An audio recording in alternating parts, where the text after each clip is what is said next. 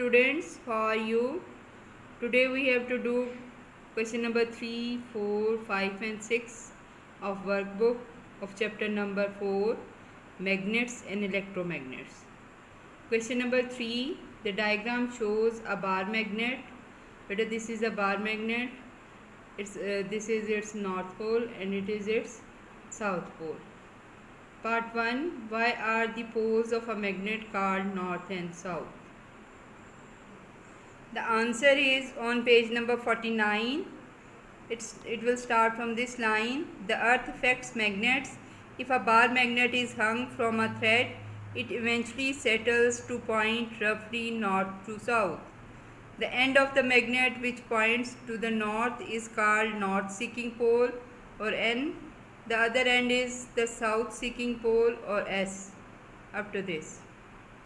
Question number 3, part 2. Which pole of a magnet A attracts a north pole? The answer is south pole of a magnet attracts the north pole. Question number 2, part B. Which pole of a magnet repels a south pole? The answer is south pole of a magnet repels a south pole. Question number 3, part 3. On the diagram above, draw lines to show the magnetic field of a bar magnet. The answer is on page number 49. You have to make the diagram like this on the bar magnet drawn in the workbook. But only few lines are drawn to show the shape clearly. The spacing between the lines show the strength of the field. We can see that the space between the line near the poles are less. It means the poles are more strong as compared to the other parts of the magnetic field. The arrows of the field shows the direction of the force and they always run from north to south like this. Question number 3, part 4. Which of these materials are magnetic? Underline the magnetic materials. Materials are brass handle, newspaper, plastic cup, steel nail, copper wire, iron gate. But a magnet attracts the things made up of steel and iron. The answer will be steel nail and iron gate. Question number 4. A bar magnet drops to the floor and breaks in half. The two halves become complete magnets.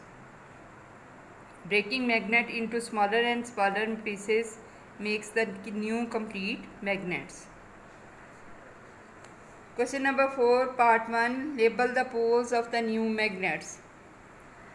If it is north pole, then here will be south pole, and if it is south pole, then here will be north pole. Question number 4, part 2. What will happen if the two new magnets are moved close together? Beta, if the two new magnets are moved close together, they will attract each other. You know that unlike poles attract each other. Question number 4, part 3. What would happen if the magnets were broken into smaller and smaller pieces?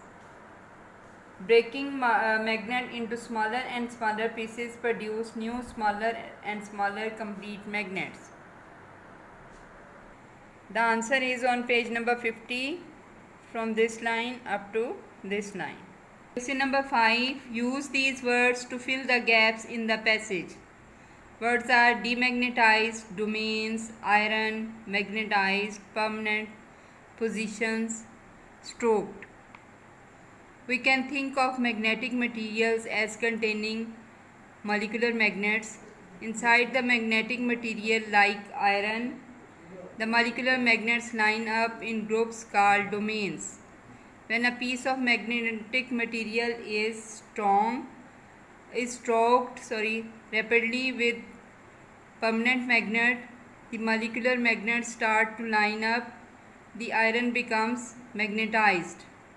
A magnet can become demagnetized by heating it up and then quickly cooling it down. When this happens, the molecular magnets move about and change their positions. Question number 6. The diagram shows a wire passing through a piece of cord. The wire is carrying an electric current. The wire carrying an electric current has a magnetic field around it. We can detect it with the help of blotting compass or iron filings. Question number 6, part 1. How could you show that a magnetic field is produced by the current flowing in the wire? The answer is on page number 53. Electromagnetism can be investigated using iron filings and plotting compasses. Question number 6, part 2. Draw lines on the diagram to show the shape of the magnetic field produced by the current flowing in the wire. You have to draw this diagram on the workbook. The diagram shows the magnetic field pattern caused by a current flowing in a wire. It consists of concentric circles, means circles having the same center. You can see all these circles are having the same center around a wire. The direction of the field is clockwise when viewed in the direction of the current. The current in the wire produces a circular magnetic field. Question number 6, part 3. Where is the magnetic field strongest? The answer is on page number 53.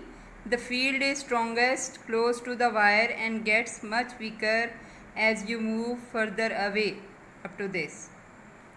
Question number 6, part 4. If the current in the wire was reversed, what would happen to the part A, direction of the magnetic field? Answer is on page number 53. Again, it will start from this line. If the current is reversed, then the magnetic field also reverses. It will become anti-clockwise. Question number 6, part 4. If the current in the wire was reversed, what would happen to the strength of the magnetic field? The answer is, if the current is reversed, then the magnetic field also reverses, but the strength of the magnetic field will remain the same. Thank you.